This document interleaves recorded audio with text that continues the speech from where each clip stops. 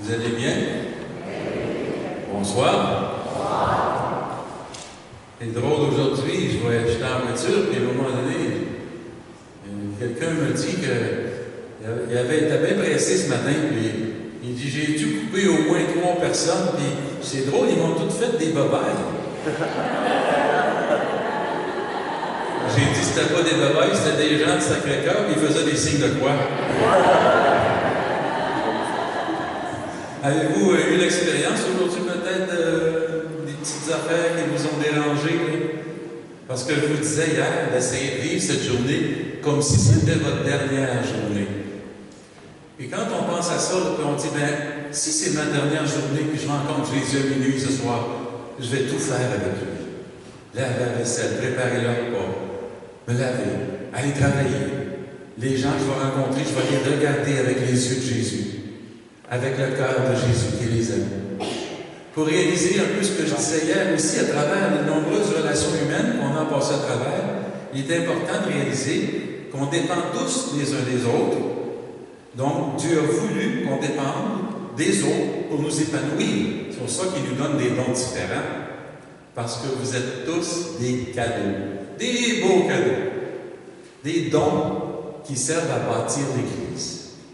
Puis ensuite, comme je disais hier, c'est important de réaliser que ces dons-là que Dieu donne pour bâtir son Église, il ne faut jamais oublier que le donneur est plus grand que le don. Que quand il nous donne ces dons-là, ce ne sont pas juste pour soi-même, c'est pour moi. Non, c'est donner à soi pour qu'on puisse les partager avec les autres.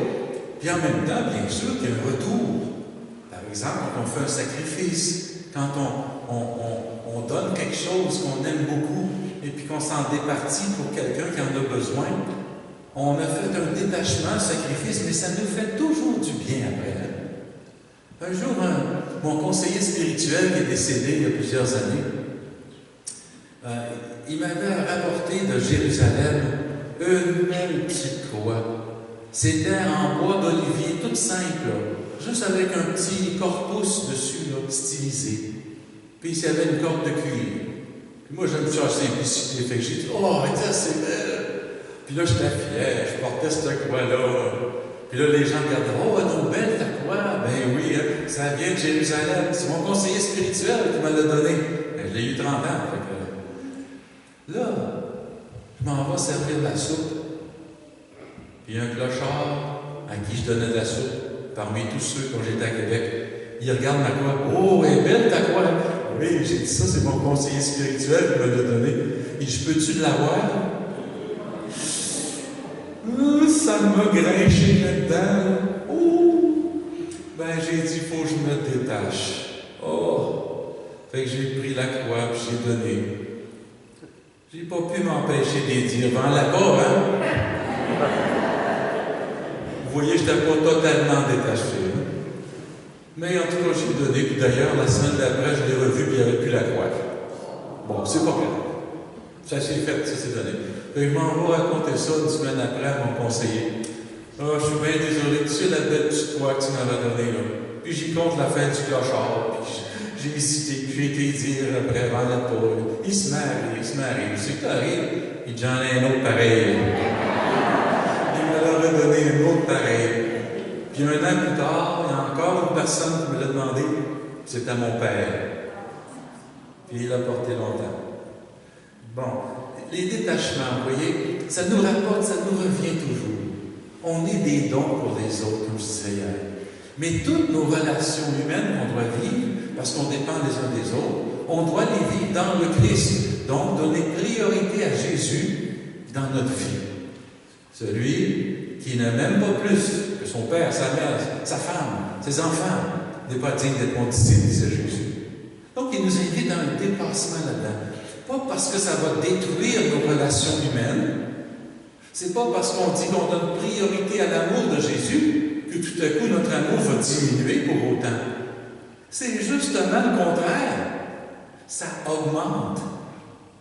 Plus on va aimer Dieu, plus notre amour sera pur et mieux et meilleur va être l'amour qu'on porte pour notre conjoint ou nos enfants. Ça va être un amour détaché, pas un amour possessif, là, qui aussitôt, là, qui devient jaloux. Là. Ça, c'est un signe de possessivité. Là. Mais quand on est abandonné, on veut le bonheur de l'autre. Alors, si l'autre nous annonce un jour, « Ah, je te quitte », on va souffrir énormément parce qu'on aime cette personne-là, on ne veut pas ça. Mais dans nos larmes, dans notre tristesse, on va dire, si tu es pour être plus heureux, ben je veux ton bonheur aussi.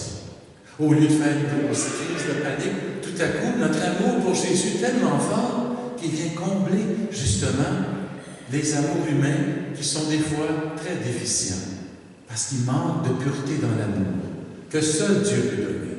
Donc c'est ça un peu qu'on voyait hier, mais on a vu aussi l'importance des rituels. D'ailleurs, hier, je vous ai appris une nouvelle chanson, hein? Vous en souvenez? Bonne affaire. Non, vous la connaissiez, mais les rituels, je disais comment c'est important, les rituels. Le rituel, si on leur veut dire quelques mots, il nous donne notre identité. Il nous révèle notre sens d'appartenance à un groupe, à une famille, à une société, au monde. On retrouve la raison d'être pour laquelle on est ici en découvrant notre appartenance à ce groupe et l'apport aussi qu'on y apporte à ce groupe, parce que ce groupe-là nous aime aussi. Il nous honore à travers les rituels. L'Église aussi honore Jésus et honore le peuple de Dieu dans les rituels. Et ça nous révèle notre appartenance. On se dit, ah, je me sens bien à force de vivre le rituel. Tu sais, quelqu'un qui va, par exemple, mettons que tu vas à la messe, comme moi j'ai été 10 ans sans la messe, vous savez, dans le passé, vous savez ça? Oui, il y en a plusieurs qui le savent, je l'ai compté il y a 2 ans, je ne veux pas compter le soir, mais 10 ans sans la messe. La première fois que j'ai décidé de retourner, c'était dur, c'était difficile. Oh, il me semble que quand je montais les marches qui montaient dans l'église, juste avant d'arriver dans l'église, on aurait dit que j'avais du ciment dans mes bottes, puis que c'était dur à me lever les pieds, je vois-tu à là-dedans, j'avais peur d'être jugé par les gens. Puis on dirait que plus on y va, plus on a le goût d'y aller. Moins on y va, moins on a le goût d'y aller. Et ça ressemble à tous les principes des relations dans l'amour, c'est la même chose. Plus on voit nos amis, plus on partage avec nos amis, plus on veut partager et échanger et les aimer et nous laisser aimer. Mais moins on les voit, plus on reste distant, puis moins on se voit. Des fois, des amis, des fois des parents, des enfants, des parents se sont pas vus pendant des années. Parce qu'ils n'ont pas pris l'habitude, avec un rituel, partager un bon repas spécial, avec des petites affaires comme je soulevais hier, un petit peu de prière, on partage sur l'homélie un petit peu dans ce repas spécial. Des petites choses à faire ensemble. La prière, aller faire un apostolat avec les enfants aussi. Alors, ces choses-là, donc, étaient très importantes. Les rituels importants. Vous savez que même dans l'Église catholique, on a des livres, comme le missel romain, qu'on a souvent sur l'autel quand on célèbre la messe. Puis dans ça, c'est des règles qui nous disent comment célébrer le rituel. Ce sont des lois dites ecclésiastiques, des lois d'Église. Puis si on ne suit pas ça, ben, on n'est plus catholique. On va rembarquer d'un bord, on va sortir de l'autre bord, puis là, on ne sentira plus notre sens d'appartenance à un groupe. On dit, c'est que c'est ça, chaque dimanche, c'est différent. Je ne me sens plus à l'aise là-dedans. Là. C'est quoi la messe? Mais là, parce qu'elle est uniforme, avec des lois, les lois sont donc importantes. Dans la société, les lois sont importantes. Dans l'univers, les lois sont importantes. Puis il y en a toutes sortes. Des lois physiques, il y a des lois psychologiques, des lois spirituelles, des lois sociales, il y a des lois même dans la musique, il y a des lois dans tout. Et ces lois-là sont là pour qu'on se devienne plus conforme et plus harmonieux. C'est pour ça qu'il y a des lois. Mais là, il faut bien que les lois soient respectées. Dans les rituels que vous faites avec vos enfants, dans la famille, il faut bien qu'il y ait des lois pour que l'unité se bâtisse. Les lois sont là, vous le savez bien, pour protéger aussi.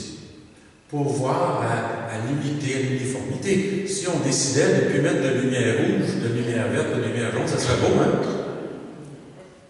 Il y aurait des accidents pas mal. Alors, on a créé ces choses-là pour créer l'harmonie, même si ça demande des sacrifices d'arrêter des fois quand on voudrait continuer sa jaune d'orange. Là, il faut arrêter. Sans ça. Parce qu'on a peur d'avoir une contravention. Souvent, c'est ça.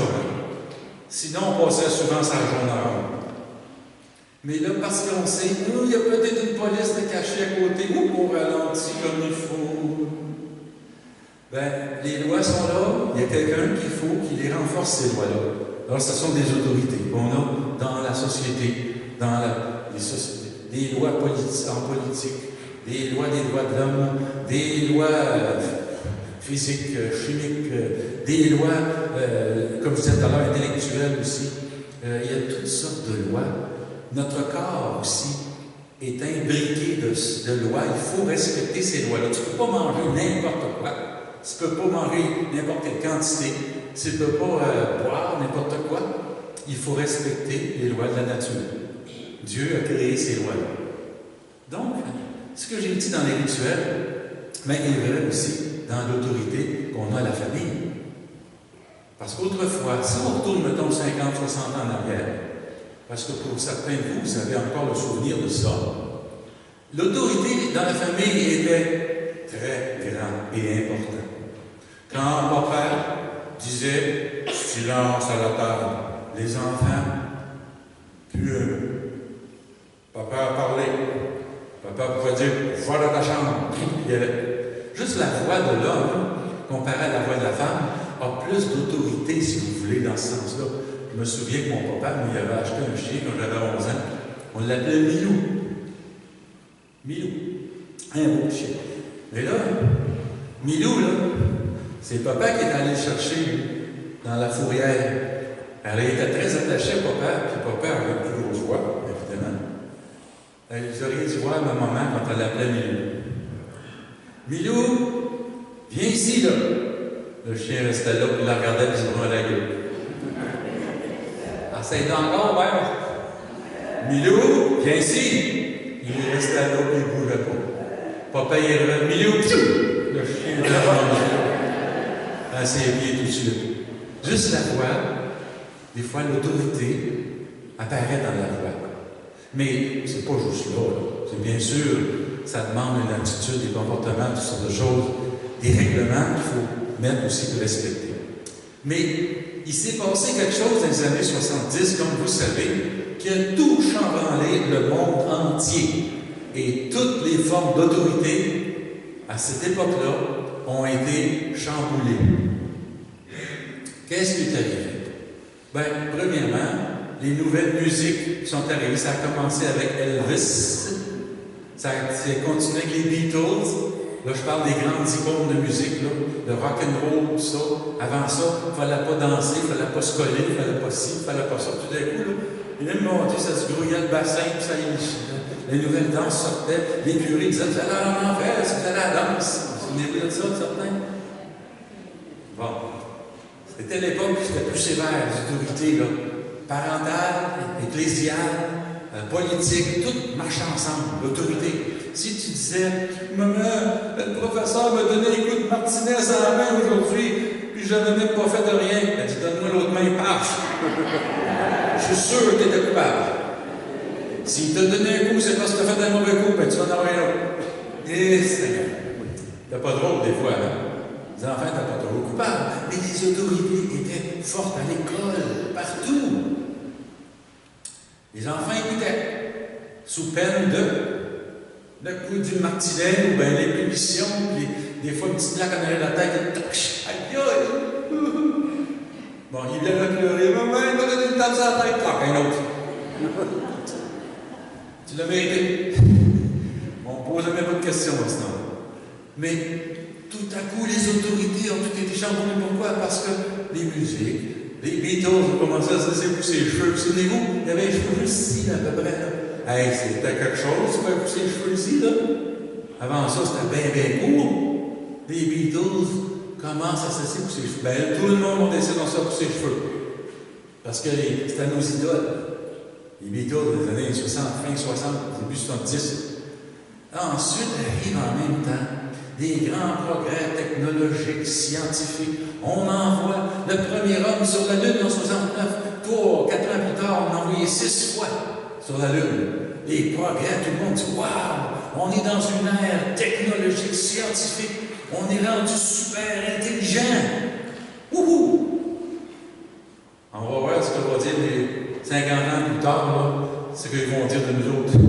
Ils vont dire « T'as-tu niaiseux, là? Nous autres, on est bien plus intelligents que nous. » On se pensait brillants à ce temps-là. Tout à coup, c'est commencé avec les guerres au Vietnam. Là, tout à coup, là, les autorités américaines cachaient la vraie raison pour laquelle ils envoyaient des soldats. Puis tu disais, c'était pour patriotisme, c'était pour défendre, etc. Il n'y en a pas de détails là-dedans, vous pouvez lire là-dessus. Mais ça a déclenché tout un mouvement. Parce que là, ils ont commencé à s'apercevoir qu'il y avait beaucoup des jeunes Américains qui mouraient là-bas.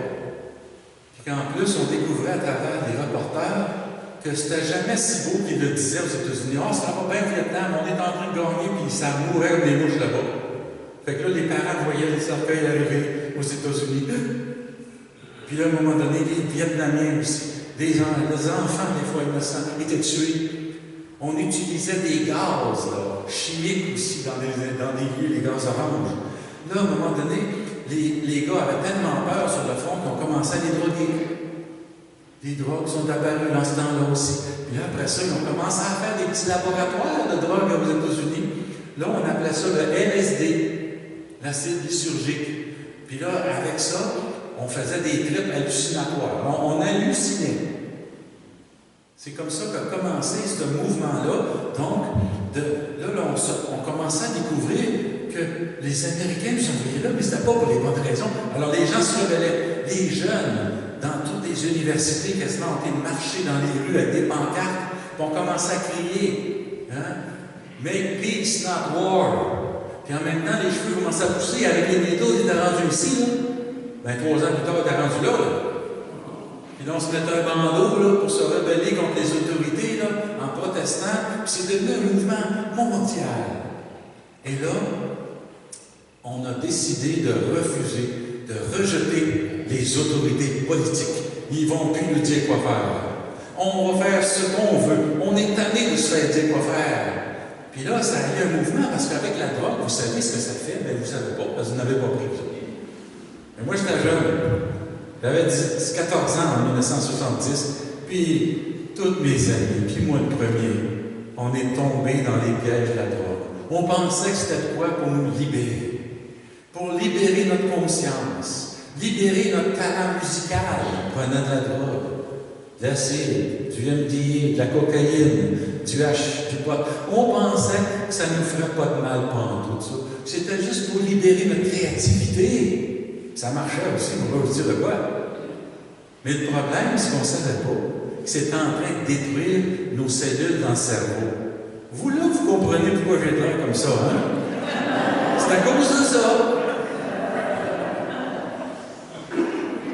Ces éléments-là ont joué beaucoup, ont commencé à détruire une partie de la jeunesse qui, maintenant, s'isolait dans sa drogue, devenait addictés, je dirais, à cette drogue-là, à ces drogues-là, à la boisson qui se met là-dedans.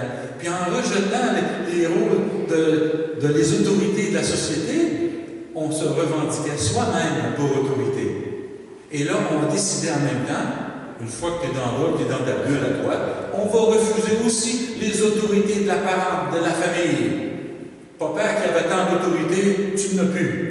On se rebelle dans toutes les formes d'autorité. Tu vas faire ci, je vais le faire. Oh. Surtout dans un état où tu es dans la drogue, tu n'écoutes plus personne. Tu es dans ta bulle. Ça, je parle d'expérience.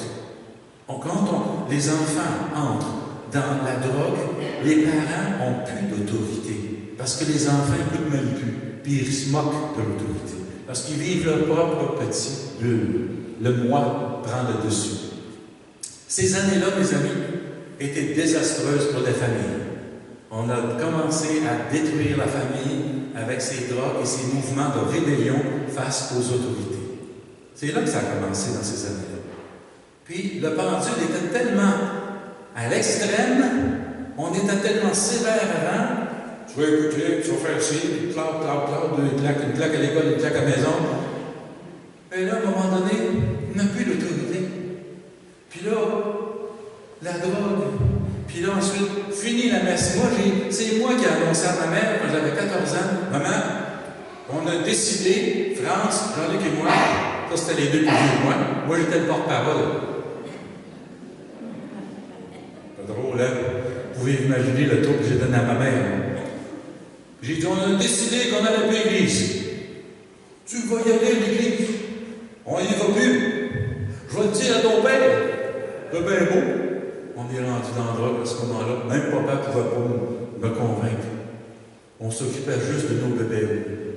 Puis là, on commençait à fumer du pot, des cigarettes, puis toutes sortes d'affaires. Puis, Seigneur, les parents étaient découragés.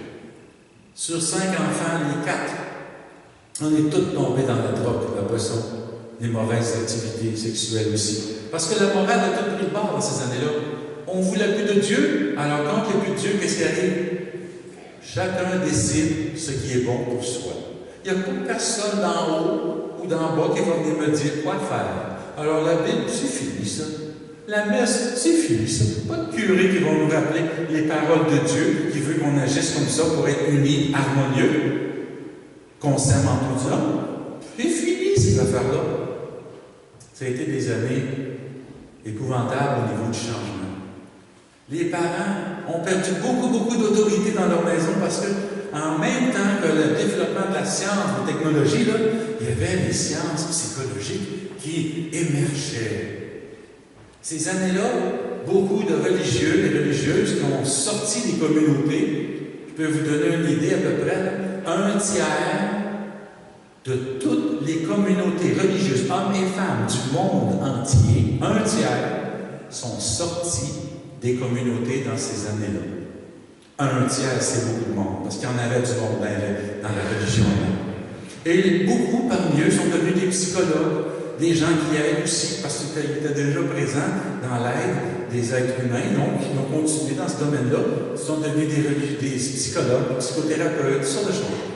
Mais, une des choses qui est arrivée, c'est qu'une des écoles de psychologie, elle disait que la thérapie par le toucher était très importante. Parce qu'autrefois, vous savez, tout le monde était réservé. Hein? Quand je rencontrais ma grand-maman, Mariana, qui était haute de même, allô, grand-maman! Puis là, nous autres, on était plus jeunes. Puis là, on venait pour la serrer. Là. La première réaction de grand-maman, qui était très pudique, elle nous prenait les deux bras, boum, puis elle barrait ses bras. Tu ne pouvais même pas la coller. C'était pas la mode dans ce temps-là. C'était pas bien vu. Tu restais à tes distances, tu pouvais juste lui donner un petit bec de loin.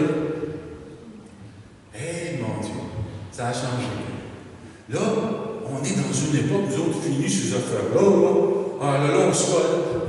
Là, on se donne des becs et les lèvres, tout le monde. Souvenez-vous de cette époque-là? Tout le monde se donnait des becs et les lèvres partout. J'ai vu ça dans des groupes de prière, même. Tout le monde se donnait des becs et les lèvres. C'est comme ça, c'est normal. Jusqu'à temps qu'arrive le sida. Oh, là, celui-là, c'est à ses joues. Il a retourné ses joues. La peur nous a fait faire ça. C'était de même, hein? C'est une autre époque. J'étais en train de vous plonger là, dans les affaires des vieux souvenirs, peut-être. Hein? Mais, ces années-là aussi, les écoles de psychologie ont dit arrêtez donc de brimer vos enfants avec des lois sévères. C'est fini cette époque-là. On avait le mouvement des hippies devant nous, qui disait make love, not war. Tout le monde couchait avec l'autre, avec l'autre. Jusqu'à temps qu'on se rende compte, as-tu vu les nombres de maladies vénériennes qui sont développées? Mais on ne savait pas dans ce temps-là. On pensait qu'on connaissait tout, qu'on n'avait pas besoin de personne, on ne nous disait pas penser. Ces écoles-là ont contribué même à dire aux parents, il y a des livres qui ont été écrits là-dessus, arrêtez de brimer vos enfants, laissez-les donc faire ce qu'ils veulent. Ça a commencé de même. Des preuves de ci, des preuves de ça, ils donnaient des exemples. Là, les parents disaient, c'est même qu'il faut élever nos enfants, ok. Que là, tu veux souper 4 heures. Que là, toi, tu veux souper 7 heures. Oh boy, ça fait 2 soupers, ça. Bon. Je donne des exemples exagérés juste pour vous montrer qu'à un moment donné, l'enfant décide. S'il veut faire ça, il le fait. S'il ne veut pas, il fait pas. Donne-moi donc 10 piastres, il faut que j'aille acheter telle affaire. Ouais, OK, je ne l'ai pas. Ça va, puis il dépense. Hey, j'en ai besoin d'un autre 10. Peux-tu me prêter ton char en passant? Hein? Drille-les pas, passe ton char. Et là, l'enfant grandit dans un climat où il n'a jamais à se dépasser, parce que tout ce qu'il veut, il l'a. Alors imaginez-vous plus tard, là, quand il va faire face à une épreuve solide, là, lui qui n'est pas habitué à se dépasser jamais, parce que tout est toujours là, il va dire hey, qu'est-ce que je vais faire? Je ne sais plus quoi faire. Il se déprime, puis il pense au suicide. Première épreuve. Une petite brisure d'amour. Maman me laisser tout, chaud dans votre sport. On est rendu là. Parce que Dieu ne peut plus nous imposer une morale, parce qu'on s'est passé, on l'a tassé. On a tassé toutes les formes d'autorité que Dieu voulait dans la famille, dans la société, puis dans l'Église. Alors, on a fait un drôle de chemin, comme vous voyez. Ça serait intéressant d'essayer de regarder comment est-ce qu'on ferait maintenant comme parents, dans une société qui était comme dans le pendule passé, dans la sévérité, là, la faire passer, pas de l'autre côté complètement, dans le laxisme, dans le laisser faire tout ce que vous voulez. Quand on fait ça, là, on est en train de jeter le bébé avec l'eau dans le bain. On jette tout. Il faut trouver une balance. Comment on va faire la balance? La première chose que j'aimerais vous dire ce soir, là, c'est que si vous voulez exercer la bonne et la vraie autorité, ben je peux vous dire que c'est très difficile. Parce que si vous allez d'un bord ou de l'autre bord du pendule, ça c'est facile. Les gens qui sont très sévères, tu vas faire ça, puis tu fais peur à ton enfant, puis tu vas avoir une méchante punition si tu veux. Là, l'enfant grandit dans la crainte.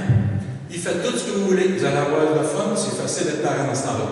Puis l'autre côté, là, c'est la même chose. Hein. Vous dites, oh, décide, parce que tu veux. Tu veux un petit piastre, tu veux 20 cents.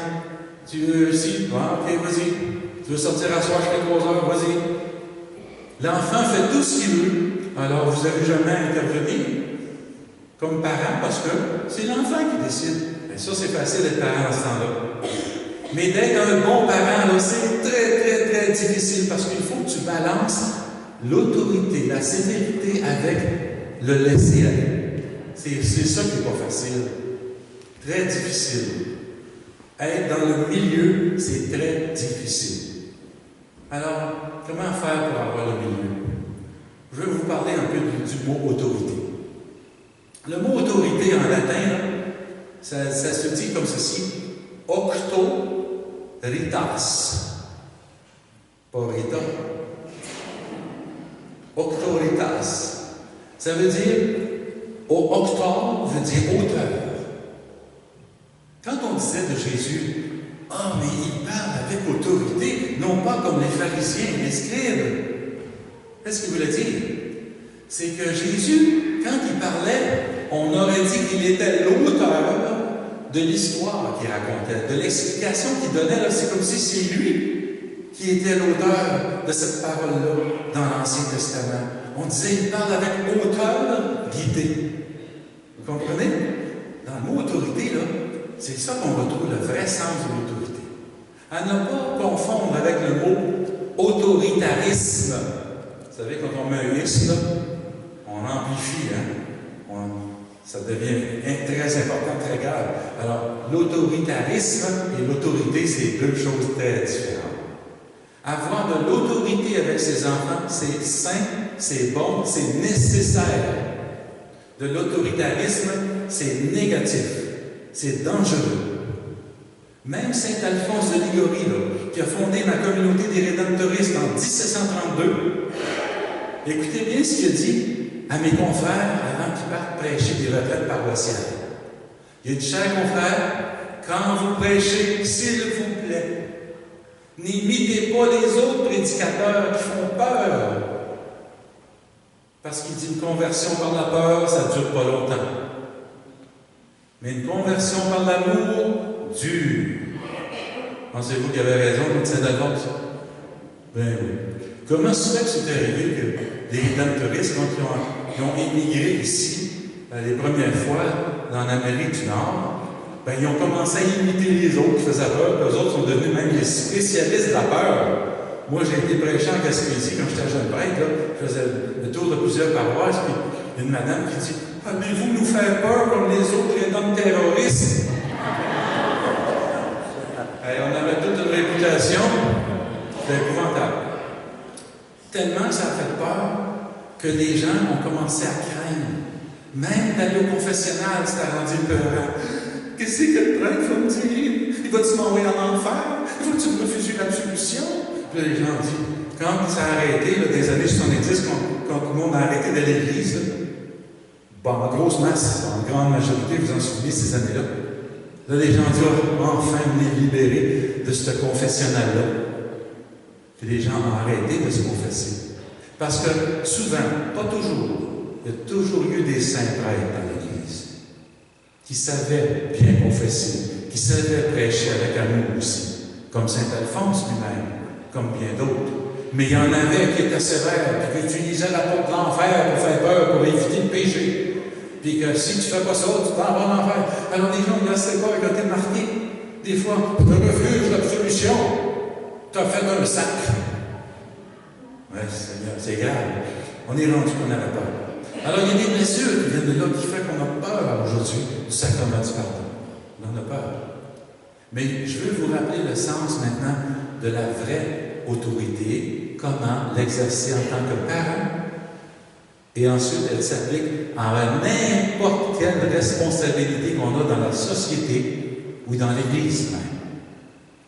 La véritable, elle est difficile à faire parce qu'elle exige des fois d'être ferme, puis d'autres fois de laisser aller. Et c'est dur les deux, parce que même aujourd'hui, là, on ne veut pas déplaire à nos enfants. Les grands-parents, vous ne voulez pas déplaire à vos petits-enfants quand vous dites « Je peux-tu avoir des biscuits, même si maman ne veut pas? » Puis souvent, qu'est-ce qu'on fait? Grand-papa, il cache des biscuits dans sa poche. C'est parce que je veux dire que vous les gâtez quand même. C'est que quand vous êtes tout seul avec l'enfant, moi, là, je ne suis pas pour faire de la discipline avec moi. Ça, c'est la job des parents. Je vais le gâter un petit peu. Alors, le petit enfant, il vous aime bien plus encore. Il vient ici, il va avoir de quoi, des petits gâteries, grand-papa puis grand-maman. Il vous adore. Puis vous les aimez aussi. Mais un petit peu d'autorité, ça ne fait pas de tort de temps en temps. Non, non, non. Papa, maman dit que tu n'as pas pour regarder plus qu'une heure de télévision ou de jeux vidéo. C'est assez. On arrête ça. Oh, t'es comme papa, t'es comme maman. Là, on ne veut pas être rejeté. On a peur. Ah, OK, juste un autre 15 minutes, OK? Vous voyez, là? Avec les situations des familles éclatées aujourd'hui, les divorces, les séparations, les enfants souffrent. La psychologie moderne nous dit que l'enfant, au début, pense que c'est de sa faute que les parents se séparent. Puis là, il se sent très coupable. Il souffre beaucoup de ça. Puis il pense qu'il en est la cause. Il commence une genre de petite dépression à cause de ça. Jusqu'à temps qu'ils apprennent que quand tu passes 15 jours avec papa puis 15 jours avec maman après, hey, il y a des moyens d'avoir des belles petites gratifications ici, là. Ben oui. Comment ça, maman, tu ne veux pas me le donner, que papa il me le donne? Je pense que je vais aller rester chez lui. Tiens, prends-le. Et, tu sais, les enfants apprennent, parce qu'ils ont souffert aussi, à manipuler un peu la situation pour pouvoir tirer un petit peu de gratification. C'est normal. Les enfants, ils veulent être heureux. Ils pensent que comme ça, ils vont l'être, mais ils apprennent à manipuler. Puis les parents, parce qu'ils sont en situation conflictuelle, ils laissent tout aller. Tu sais, le père qui dit, bon, je vais aller pour la fin de semaine, tout se fait de l'autre côté, hein? Il va donner tout ce qu'il veut. Plus d'autorité souvent. L'autorité, c'est d'être capable de dire aussi, non, tu ne peux pas avoir ça. Puis là, il faut s'entendre, même avec notre conjoint avec qui on est séparés, il faut s'entendre sur des règlements pour les mettre en pratique tous les deux, comme on devait faire avant aussi à la maison. Si, par exemple, papa, tu dis à maman, ben là, tu pourrais laisser aller le règlement, là, c'est un bon gars, là. Ou bien maman qui dit la même chose à papa, puis il y a des lois pourtant qui s'appliquent établies ensemble, puis là, lui, ils appliquent, puis vous ne l'appliquez pas. Des fois, c'est souvent le contraire aussi. C'est maman qui joue l'autorité parce que papa, il ne l'exerce pas. Si vous vous entendez plus, là, ça va être le chaos et la division dans la famille. Donc, il faut que les parents, quand ils mettent des règlements, qu'il y ait des conséquences aussi, puis qu'ils appliquent les conséquences. Il y aura toujours des exceptions, mes chers amis. Des fois, une exception de temps en temps, c'est pour montrer que vous êtes encore capable de comprendre qu'ils sont faibles et fragiles. Mais il faut utiliser un peu des deux comme ça. Gardez la loi, l'appliquez-la avec les conséquences aussi, pour aider l'enfant à grandir, à se dépasser, pour faire attention la prochaine fois. Sinon, il n'y a plus de règlement. Alors, l'autorité, là, c'est difficile à être un bon parent au niveau de l'autorité. Dans l'Église, Jésus nous dit un secret extraordinaire dans l'Évangile pour savoir comment exercer l'autorité d'une bonne façon. Il dit à ses apôtres ceci. Vous avez entendu dire, vous avez vu, les puissants de ce monde font sentir leur pouvoir. Il ne doit pas en être ainsi de vous. Là, Jésus ne parle pas seulement aux apôtres, vous savez, il parle à toutes les parents. Ne faites pas sentir votre pouvoir sur les enfants. C'est moi le boss from the white. C'est pas de même, ça marche. Quand il a choisi Pierre, puis il a choisi les apôtres, vous avez remarqué que c'est tous des gars qui sont fragiles. C'est tous des gars qui ne sont pas intellectuels plus qu'il faut. C'est des pêcheurs, la plupart. Je pense que le plus intelligent, c'était Judas. Ben, il y avait des connexions avec les prêtres, le temple, puis les intellectuels, connaissant bien les affaires. On voit ce qui est fini là. Mais Jésus s'est choisi des hommes imparfaits, même qui acceptaient Judas dans la gang, qui voulait se joindre à eux autres absolument, il le laissait rentrer. Mais pourquoi Jésus tolère-t-il la présence de Judas dans un groupe? Vous n'avez pas remarqué, mes amis, là, dans toute votre vie, là, regardez n'importe quel lieu de travail, vous êtes allé, dans n'importe quelle famille vous avez visité, il y a toujours une personne qui nous tape ses nerfs. Oh, celle-là, je ne suis pas capable d'endurer. Ah, lui, il est assez égoïste. Ah, lui, il fait assez sentir son pouvoir, il se prend pour un autre. On a toujours une personne dans tous les groupes humains qui nous dérange et qui nous appelle à nous dépasser. Voilà la raison pour laquelle Jésus a toléré Judas.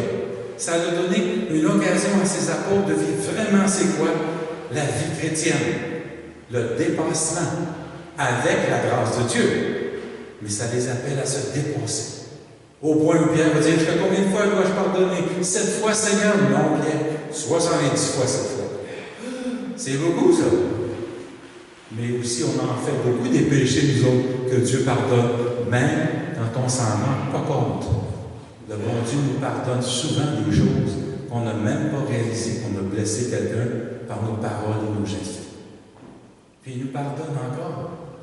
S'il fallait qu'il nous dise toutes les fois qu'il nous pardonne, vous allez tomber sans connaissance. On en fait des affaires. Je l'ai vécu, moi, quand j'ai ma conversion à 21 ans. 2 mois après, je lisais ma Bible, je n'avais même pas encore vu que j'étais un pécheur. Je pensais aussi bien que les autres. Tout à coup, quand j'ai lu l'affaire de Pierre 7 fois, puis 70 fois pardonné, je me suis choqué un peu. Hey, oh, Seigneur, ça n'a pas de bon sens, ça, 70 fois 7 fois. Et là, le Seigneur, au lieu de me répondre, m'a montré tous mes péchés que j'avais faits dans ma vie passée. J'ai pleuré pendant 1 heure de temps. À voir ça, là, c'était comme un film qui se déroulait devant moi, j'ai voyé un par un, j'ai fait ça, ça a blessé ton cœur. C'est ça que je voyais aussi. Avant ça, je voyais même pas ça, j'avais blessé Dieu m'en faisant un péché. Toutes les affaires qu'aujourd'hui j'avais faites, il me les a montrées un par un. J'en avais bien plus que 7. Je pense que j'étais plus proche de 70 fois cette fois. C'est ça que j'ai réalisé. Si le bon Dieu, au lieu de me parler, me dit, tu vois comment de fois, moi, je t'ai pardonné maintenant. Là, je t'ai donné la grâce des voir. Avant, tu ne les voyais pas. Parce qu'il te manquait un peu de grâce, de lumière. Là, je t'en ai donné un peu, là. Tu les as pleurés, hein? Maintenant, je te pardonne tout ça. Oh, là, j'ai pleuré un autre heure de temps de joie pour avoir été pardonné. C'est tellement heureux. Puis après ça, bien sûr, j'ai été confessé en prêtre après. Mais ce sont des événements qui nous montrent que pourquoi Jésus a-t-il choisi des apôtres si faibles, des hommes si peu instruits, si imparfait. Regardez Pierre. Combien même tous t'abandonneraient. Ah, moi jamais je ne t'abandonnerai, Seigneur. Ça, c'est l'affirmation de Pierre. Qu'est-ce qu'il a fait après? 3 fois, il a renié. Il a été tellement humilié de ça, parce qu'il avait été averti d'avance qu'il le renierait. Ici, il va avoir besoin de ça.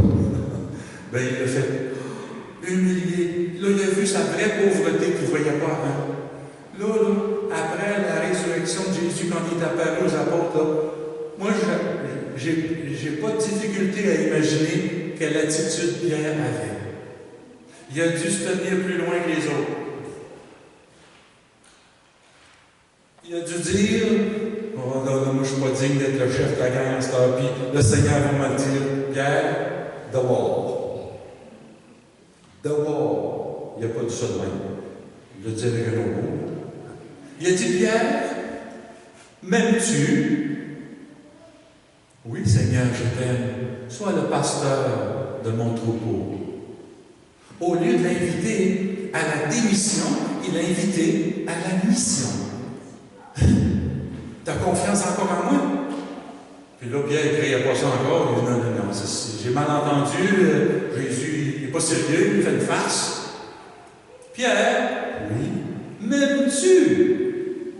Mais oui, Seigneur, je t'aime. Sois le pasteur de mes agneaux. Hein? Il m'amène encore en mission. Il a confiance encore en moi? Non, ça se peut pas. Voyons. Alors Jésus, une 3e fois. Oui, c'est pour lui rappeler son triple reniement. Pierre, m'aimes-tu plus que ceux-ci? Seigneur, humilié, tu sais tout. Tu sais bien que je t'aime. Sois le pasteur de mes brebis. Jésus a confiance en vous. Il a confiance en Pierre, malgré ses imperfections. Ça vous surprend un peu, hein? Ça nous surprend de voir ça, que le chef du collège des évêques, des apôtres, c'est un faible, un imparfait, un être humain. Voilà. Jésus aurait pu dire, je vais choisir des êtres parfaits. Comme ça, ils ne feront jamais de péché, puis vous allez avoir des modèles pour vous. Ça a du bon sens, ça, comme logique? Non, ça n'a pas de bon sens comme logique. Parce que, si j'étais parfait, voilà, ici, là, puis je vous parlais toujours de la grande vertu, qu'il faut vivre la sainteté, sans quoi. Vous allez dire, il peut bien parler, il est parfait, pour le suivre. Mais là, vous vous dites, il est aussi imparfait que moi, mais il m'invite à me dépasser. Puis parce qu'il est imparfait, il comprend mes imperfections. Il sait que ça prend du temps à que ça rentre dans le coco, là. Ça prend donc du temps avant qu'on apprenne des choses, puis qu'on les vive comme il faut, hein, pas vrai? Ça prend du temps. Alors Pierre, après cet appel de la mission, il va dire, je suis encore le chef. OK, mais là, je vais être humble. Là, je ne ferai plus mon fantasme. Combien même tous t'abandonneront, moi jamais je... Oh là, Pierre dit, je dirais plus jamais ça. Oh là, maintenant, quand je vais voir quelqu'un qui souffre, je vais le comprendre.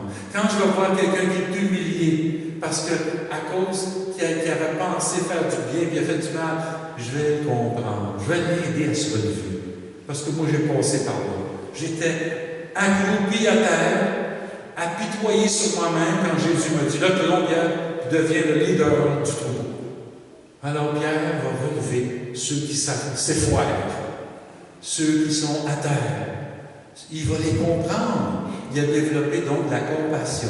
C'est pour ça qu'on a un si bon pape, le premier pape Pierre, à qui Jésus lui confie l'autorité. Ne la fais pas sentir à la manière des puissants de ce monde, mon Pierre. Et Pierre va le rappeler dans ses lettres que vous lisez. Il va dire, n'exerçons pas notre autorité avec cupidité. Non, c'est pas la façon. C'est un service. L'autorité doit être vue comme un don de Dieu. Si tu as autorité, et vous l'avez tous comme parents, quand vous avez des enfants, vous avez reçu une autorité de Dieu pour canaliser, enseigner, sanctifier vos enfants. Il en est ainsi de l'Église. Le pape, les évêques, les prêtres, les diacres, les religieux engagés, les laïcs qui avaient des responsabilités de toutes sortes dans l'Église. Vous avez une autorité qui vous vient de Dieu, transmise au premier pape, aux autres apôtres, aux prêtres, diacres, laïcs. Et c'est comme ça qu'on doit exercer notre autorité ensemble. On doit avoir quelqu'un qui, ultimement, va dire « Mais non, là c'est assez, la division entre les deux parties, ça va être de même. » Ah, OK. Le pape le dit. L'autorité. On reconnaît que c'est Dieu qui va parler à travers son autorité parce qu'il a dit à Pierre « Les portes de l'enfer ne prévaudront pas contre elle. » Vous savez ce que ça veut dire? Quand même vous voyez l'Église qui semble crouler et presque disparaître, elle poursuivra sa mission jusqu'à la fin du monde. Personne, ni Satan, ni les hommes, ne réussiront à l'écrabouiller, mon Église. Parce que moi, je suis la tête de l'Église. Je suis le capitaine du bateau, le vrai capitaine, qui donne mes grâces d'autorité à ceux à qui je veux, et eux autres vont l'exercer de la bonne façon, avec amour. Voilà la réponse. Comment exercer mon autorité comme parent? Avec amour. Vous aimez vraiment vos enfants?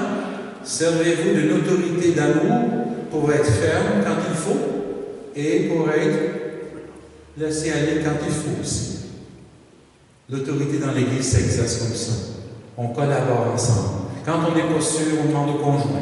En l'Église, quand l'évêque n'est pas sûr, il demande à ses pères ou à d'autres évêques, mais peut-être au pape. Puis des fois, au comité de laïcs, il y a besoin des idées aussi des autres, des fois, pour être éclairé, pour diriger la barque. On est une famille. C'est comme ça qu'il faut voir l'autorité de l'Église. J'espère que ça vous donne une petite idée, là, pour mieux comprendre. Surtout que ce soir-là, vous allez être invités. Personne n'est forcé, vous le savez bien. Mais moi, je vous inviterai à poser un nouveau regard de conversion sur le sacrement du pardon ce soir. Un regard de conversion. N'est-ce pas le carême? C'est une conversion. Si vous avez été blessé dans le passé par une confession dure, et là, ça vous a fait peur, ça vous a marqué, sachez qu'aujourd'hui, là, je peux vous le dire, moi, parce que moi-même, j'y vais en confession souvent. Ah oui, c'est humiliant. En plus, tu dis, je suis un évêque, c'est encore plus humiliant. Mais j'y vais avec foi comme un enfant. Parce qu'il faut que je fasse un acte d'humilité et un acte de foi en même temps. Que c'est Jésus qui est derrière le prêtre qui me confesse. Les paroles du prêtre sont les paroles de Jésus. Jésus, hein? Tu écris ça dans la Bible? Je m'attendais à cette question-là. Je suis content que vous me l'avez posée à ce soir. Parce que j'ai entendu beaucoup de gens me dire, moi, père, là, ça fait des années que je ne veux pas confesse. Moi, je fais ça, je me confesse direct en moi. Lui, il sait tout, il sait mes affaires. Je n'ai pas besoin d'aller à un prêtre. Regardez bien la réponse. Moi, je leur dis, quand Jésus est monté au ciel dans l'ascension, là, juste en montant, là, tout à coup, il bénit ses apôtres, ses disciples, il leur dit ceci. Il souffla l'Esprit sur eux. Il souffla l'Esprit sur eux. L'Esprit de Dieu entre en eux. Recevez la grâce de pardonner. Il ne dit pas sans ces mots-là, il dit ceux à qui vous pardonnerez leurs péchés, ils leur seront pardonnés. Ceux à qui vous les refusez, ils leur seront refusés. Ailleurs dans la Bible, il va dire à Pierre, ce que tu auras lié sur terre sera lié aux cieux, ce que tu auras délié sur terre sera délié dans les cieux. Il leur donne l'autorité de Jésus lui-même de décider oui ou non. Alors, ce que je dis aux gens qui disent, moi je me confesse direct en haut, je n'ai pas besoin de confession, là, je leur dis, comment ça se fait que Jésus a donné cette autorité-là à ses apôtres? Essayez de me trouver la réponse à ça, hein? Ça veut dire, mes amis, Jean-Paul II l'a rappelé aussi, que la façon ordinaire de se confesser, c'est à travers le prêtre. Ben oui, la confession. Oh non, on ne va pas retourner à ça. Retournez pas trop loin dans le passé. Arrêtez au moins les années 90, parce que c'est 70, il n'y avait plus rien, puis avant ça, c'était trop sévère. Ça a changé. Je vous invite à aller faire un petit tour à la conférence ce soir. Vous allez voir comment ça a changé. Le rôle du prêtre, là, Saint Alphonse de Liguori a dit, il doit être, oui, un juge, mais pas juge de la personne. Juger seulement la sincérité de l'aveu et si oui ou non, il y a une faute grave. Parce que des fois, les gens disent qu'ils n'ont pas de faute grave, puis ils en ont, puis des fois, ils disent qu'ils pensent qu'ils ont des fautes graves, puis ils n'en ont pas. Alors, ils sont libérés quand on leur dit, ben voyons, vous dites, j'ai fait un péché mortel, j'ai pas été à la messe 3 fois, mais j'étais malade. C'est à cause de qui? Ben, la volonté de Dieu, c'est d'accepter notre maladie aussi, puis quand on ne peut pas à la messe, on ne vit pas. Mais si c'est par paresse, c'est une autre histoire. Vous voyez, ça, des fois, on soulage les gens, on dit, ben non, monsieur, madame, c'est pas une faute mortelle, ça. Oh, je suis content, pour pouvoir mourir en paix. Tu sais, les libérations, là, vous allez dire, pourquoi c'est important de parler et de dire ça?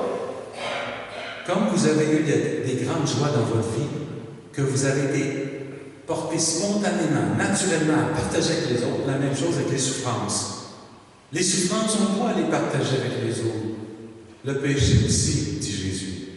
Voilà pourquoi il donne l'autorité à ses apôtres de pardonner les péchés. Et là, vous pouvez être sûr et certain qu'après avoir reçu les mots du prêtre qui dit « Je vous pardonne tous vos péchés au nom du Père et du Fils et du Saint-Esprit », vous pouvez être certain que vous êtes pardonné. Même si vous pensez peut-être que Dieu va-tu vraiment pardonner, vous allez dire « Ah, acte de foi, le prêtre me le dit, il parle au nom de Jésus, point final. » Puis si c'est encore dur d'y aller, essayez quelque chose que j'ai déjà essayé. Ça marche.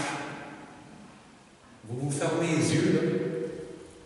Puis là, avant de parler, vous imaginez Jésus devant vous. Puis là, vous parlez à Jésus. Toute votre confession. Laissez vos yeux fermés, puis parlez-lui. J'ai fait ci, j'ai fait ça, j'ai fait ci, j'ai fait ça. Vous savez, la confession, c'est pas un lieu où on commence à se justifier pourquoi on a fait ci, pourquoi on a fait ça. Parce que je vais vous dire pourquoi c'est que ça dure longtemps dans ce temps-là. Vous savez, ben, là, au fond, j'étais un bon gars. Oh oui. Hey, j'en ai fait des affaires qui se m'ont raconté, toutes les belles affaires qu'il a faites dans sa vie. Puis là, après 15 minutes, il finit par finalement dire le péché. Ouf, ouais. Tu vas aligner en arrière. Alors, vous avez le choix, là. On peut se confesser comme un enfant ou comme un adulte. L'adulte va venir en ayant peur, en voulant justifier tout pour pas qu'il soit jugé sévèrement. On n'a pas d'affaire à vous juger, mes amis. La nouvelle façon de confesser, c'est celle qui est la bonne depuis le début de l'Église, c'est qu'on n'a pas le droit de vous juger comme prêtre, jamais. On est aussi faible que vous. Vous en avez à quoi avec les affaires qui arrivent, là? Hein? Il ne faut pas se mettre toutes dans les pommes dans le même panier, là. On n'a pas fait toutes les affaires qui s'est dit, mais on est tous imparfaits. Alors, on n'a pas d'affaire à vous juger. Nous autres aussi, on va confesse. Oh, j'aimerais bien ça, me regarder dans le miroir le matin, me dire, Guy, je ne peux pas de tes péchés, au nom du Père, du Fils et du Jésus. Merci, Seigneur. Ça, c'est maintenant facile. Vous deviendrez tous des prêtres, hein? On le fait avec humilité, avec foi. Puis après ça, on se sent bien. J'ai rencontré une madame il n'y a pas longtemps qui ne s'était pas confessée, je pense que ça faisait honnêtement presque 40 ans. Puis quand elle a eu fini, j'ai dit, comment vous sentez-vous, madame? Elle dit, je viens de partir. Elle est partie des gros sourires, elle est partie des... Oh, je suis assez content dans ce temps-là. Vous voyez, on est joyeux, là, quand on a pu aider quelqu'un à enfin libérer son secret qu'il gardait depuis des années, peut-être. Enfin, c'est parti. C'était facile. Oh, moi, là, j'ai le goût de broyer. Des fois, je le fais aussi. Des fois, je verse une larme sans qu'il voie comme en partant. Je suis tellement heureux. Puis on est heureux, les prêtres, quand on voit des libérations à travers le sacrement du pardon. C'est une joie que Dieu nous donne de vous donner à vous. C'est pas un cadeau qu'on a pour nous, ça. C'est un cadeau qu'il nous donne pour vous, pour bâtir l'Église. Alors, êtes-vous prêts à vous confesser? À avoir des grandes grâces? Très bien. Alors maintenant, je vais vous inviter à vous lever. Je vais inviter M. Lucien, excusez-moi. Je ne connais pas tout par nom encore, ça va venir. Peut-être un autre. Peut-être que la retraite soit finie. Okay? Il va tout connaître vos noms.